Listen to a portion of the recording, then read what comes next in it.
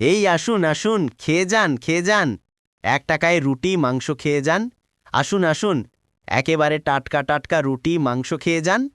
গরম গরম রুটি। আসুন আসুন, খেয়ে যান। বেশি টাকা না থাকলে মাত্র 1 টাকায় রুটি মাংস খেয়ে যান। পরে পুড়িয়ে গেলে কিন্তু আর পাবেন না। আসুন আসুন।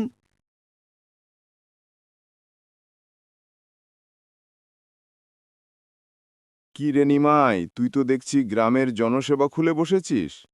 মাত্র 1 টাকায় মাংস রুটি, এ তো অবিশ্বাস্য। 1 টাকায় রুটি মাংস বিক্রি করে তোর ঠিক পোষায় তো নিমাই? আমার তো মনে হয় না যে 1 টাকায় রুটি মাংস বিক্রি করে তোর পোষায়। হ্যাঁ মোড়ল মশাই, গ্রামে যারা গরিব মানুষ তারা তো অত টাকা দিয়ে খাবার কিনে খেতে পারে না। তাই আর কি আনি তাদের জন্য এই 1 টাকার রুটি মাংসের হোটেল করেছে। মাত্র 1 টাকা দিয়ে গরিব দুঃখী মানুষেরা আমার হোটেল থেকে রুটি মাংস খেতে পারবে। তা নিমাই, এভাবে আর কতদিন এত কম টাকার খাবার বিক্রি করে পুষিয়ে নিবি শুনি? বলি কি, এসব 1 টাকার মাংস রুটি ছেড়ে দিয়ে দামটা একটু বাড়িয়ে দে, দেখবি এতে তোর লাভ হবে। সে ঠিক বলেছেন মোড়ল মশাই। আসলে আমার লাভ হয় না, আবার ক্ষতিও হয় না। আসলে আমি 1 টাকায় রুটি মাংস বিক্রি করলেও কিছু কিছু লোকেরা আমার হোটেলের খাবার খেয়ে খুশি হয়ে আরও বেশি টাকা দিয়ে যায়। অতে আমার ক্ষতিটা পুষিয়ে যায়। তা নিমাই, এভাবে আর কতদিন এত কম টাকার খাবার বিক্রি করে পুষিয়ে নিবি শুনি? না না মোড়ল মশাই, আমি এই হোটেল লাভ করবার জন্য দিইনি। আপনি তো জানেন, ছোটবেলায় আমার বাবা মা মারা যাওয়ার পর থেকেই আমি এতিম হয়ে গিয়েছিলাম। পথে পথে ঘুরতাম, যখন যা পেতাম তাই খেতাম।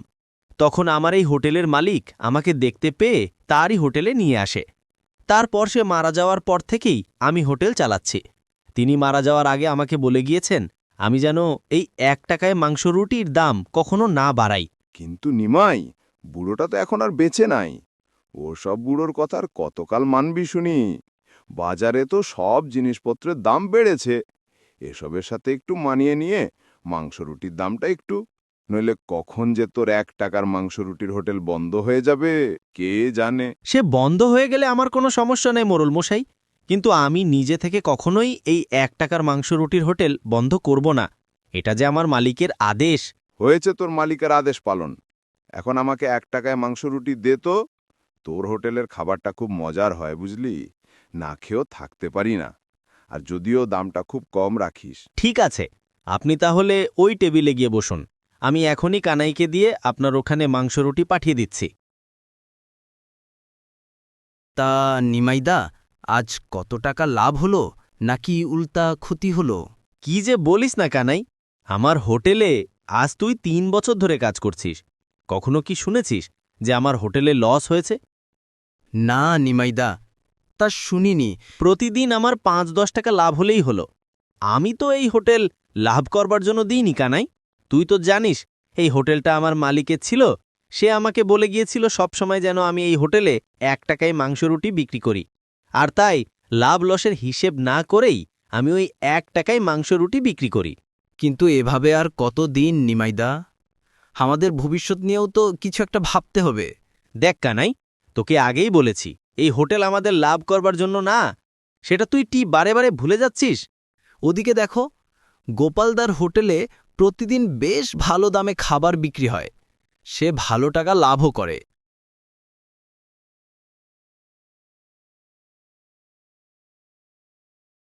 এই যে বাবা শুনছ, এখানে নাকি 1 টাকার মাংস রুটি পাওয়া যায়। আমার যে খুব ক্ষুধা পেয়েছে, তাই আমি ওই 1 টাকার মাংস রুটি খেতে এসেছি। আমার কাছে যে এর বেশি টাকাও নেই। আহা বুড়িমা, এ তুমি তো অসময়ে এসেছ গো। এই সময় তো আমরা হোটেলটা বন্ধ করে দিই গো। তুমি কালকে সকালে বা দুপুরে আসলে 1 টাকায় মাংস রুটি কিনে খেতে পারবে। কি সব বলছো বাবা? এদিকে যে আমার খুব খিদে পেয়েছে। আজ কতদিন হলো পেট পুড়ে খাওয়া হয় না।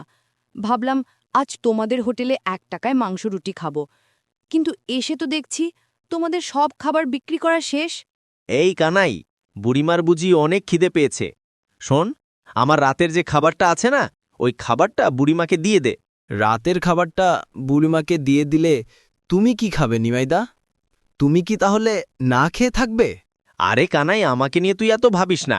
ছোটবেলায় আমি অনেক না খেয়ে থেকেছি, তাই না খেয়ে থাকবার কষ্টটা আমি ভালো মতোই বুঝি। এই বুড়িমা কতটা কষ্টে আছে সেটা আমির থেকে বেশি জানিস না। আমি একদিন রাতে না খেলেও কোনো সমস্যা হবে না, কিন্তু এই বুড়িমা কয়েকদিন হলো না খেয়ে আছে, তার চেয়ে খেতেই হবে। যা, তুই আমার খাবারটা নিয়ে আয়। আচ্ছা, ঠিক আছে নিমাইদা, আমি তাহলে এখনই যাচ্ছি। বুড়িমা, আপনি ওই টেবিলে গিয়ে বসুন, আমি আপনাকে ওই টেবিলে খাবারটা দিচ্ছি। ঠিক আছে বাবা, ঠিক আছে, তুমি তাহলে খাবারটা নিয়ে এসো।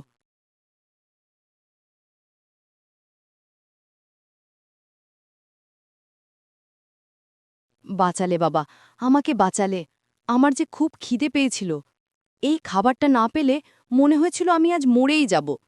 দাঁড়াও, তোমাদের 1 টাকা আমি এক্ষুনি দিচ্ছি। আরে না না বুড়িমা, তোমার ওই 1 টাকা এখন আমার আর লাগবে না। তুমি তো আমার হোটেল থেকে খাওনি, ওই খাবারটা তুমি খেয়েছো আমার ভাগ থেকে, তাই তোমার কাছ থেকে আমি কোনো টাকা নেব না।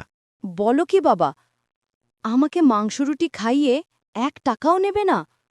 আচ্ছা, ঠিক আছে।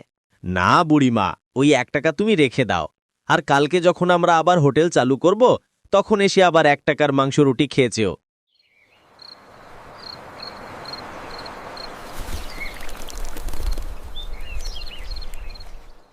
কিরে গদাই, আমার হোটেলে দেখছি এখনো পর্যন্ত কোনো কাস্টমার আসছে না। এ সকাল সকাল হয়েছেটা কি? কোনো লোক আসছে না কেন বলতে পারিস? লোক কি করে আসবে গোপালদা? সব লোকই তোই নিমাইয়ের হোটেলে 1 টাকায় মাংস উঠি খেতে যায়। তোমার হোটেলে তো একটা রুটির দাম 10 টাকা, আর মাংসের দাম তো 50 টাকা। এত দাম দিয়ে কি সবাই আর মাংস রুটি খেতে চায়? কিন্তু গদা, এতদিন তো আমার ব্যবসা ভালোই চলছিল, হঠাৎ আমার কাস্টমারের সংখ্যা কমে যাচ্ছে কেন বলতে পারিস? বলতে পারবো না কেন গোপালদা? তোমার হোটেলের রান্না তো আর এখন আগের মতো অতটা ভালো হয় না, তাই তো সবাই ওই 1 টাকা দিয়ে নিমাইয়ের হোটেলে খেতে যায়। এমনকি আমাদের গ্রামের মোড়ল মশাইকেও কালকে দেখলাম 1 টাকা দিয়ে ওই নিমাইয়ের হোটেলেই মাংস ঠিক খাচ্ছে। এইসব তুই কি বলছিস গদায়? আমাদের গ্রামের মোড়ল মশাই শেষ পর্যন্ত কিনা ওই নিমায়ের হোটেলে গিয়ে খাচ্ছে? ছি ছি ছি, এটা ভাববার আগে আমার কেন মরণ হলো না। গোপালদা, এভাবে যদি চলতে থাকে তাহলে দেখবে খুব শীঘ্রই তোমার হোটেল একেবারে বন্ধ করে দিতে হবে, কারণ সব লোক তো ওই নিতাই হোটেলেই ফাচ্ছে। গ্রামের মানুষ কি সবাই তাহলে গরিব হয়ে গেল? একে তো ওই হোটেলের খাবারের দাম কম, তারপর আবার ওই হোটেলের খাবারগুলো খুব মজা আর সুস্বাদু। অনেক হয়েছে গদায়, আর না, ওই নিমাইকে আর এভাবে চলতে দেওয়া যায় না। যে করে হোক ওর 1 টাকার মাংস রুটির হোটেলটা আমাকে বন্ধ করতেই হবে, নয়তো আমাকেই হোটেলটা বন্ধ করে এই গ্রাম ছেড়ে পালাতে হবে। কিন্তু কিভাবে গোপালদা? তুমি ওর হোটেলটা কিভাবে বন্ধ করবে শুনি? কিভাবে তা জানতে চাস? ঠিক আছে, তাহলে দুপুরবেলা পর্যন্ত অপেক্ষা কর। তখন তো ওর হোটেলে সবাই একসাথে খেতে আসে, ঠিক তখনই আমি আমার বুদ্ধি দিয়ে ওই 1 টাকার মাংস রুটির হোটেলটা বন্ধ করে দেব। দেখো গোপালদা, এতে করে হিতে যেন আবার বিপরীত না হয়ে যায়।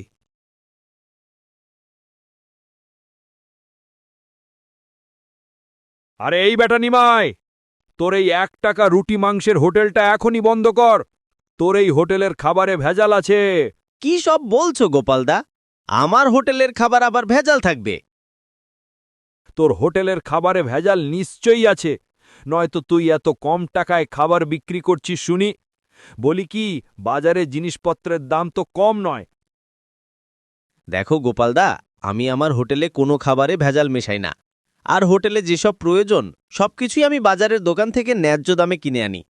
তুই তো জানিস বাজারে মাংসের দাম কত টাকা করে কিলো? কেন জানবো না? মাংসের কিলো 250 টাকা, আর আমি বাজার থেকে 250 টাকা করেই কিলো মাংস এনে হোটেলে বিক্রি করি। না না, তুই নিশ্চয়ই কোনো মরা পশুর মাংস বিক্রি করিস, নয়তো এত কম টাকায় মাংস রুটি বিক্রি করে তোর তো লাভ হবার কথা না। দেখো গোপালদা, আমি যা বলছি তা ঠিক কথাই বলছি। আমি যে দোকান থেকে মুদির মাল আনি তাকে গিয়ে জিজ্ঞাসা করো, আর যার কাছ থেকে মাংস কিনে আনি তাকেও চাইলে জিজ্ঞাসা করতে পারো। ঠিক আছে, তাই হবে। তাহলে চল গিয়ে দেখি তুই কার দোকান থেকে মুদির মালামাল আর কার দোকান থেকে মাংস কিনিস। হ্যাঁ হ্যাঁ, চলো তাহলে, তোমাকে ভালো মতো দেখাচ্ছি।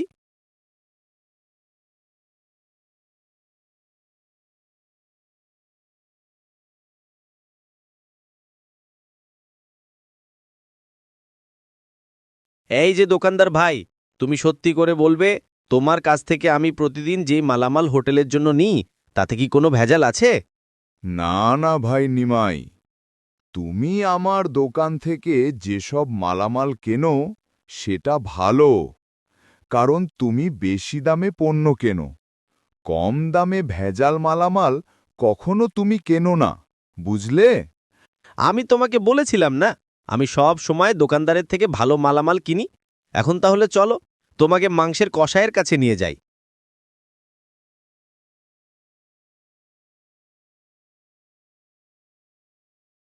এই যে ভাই কষাই, তুমি সত্যি করে বলবে তোমার কাছ থেকে আমি প্রতিদিন যে মাংস নিই তাতে কোনো ভেজাল আছে?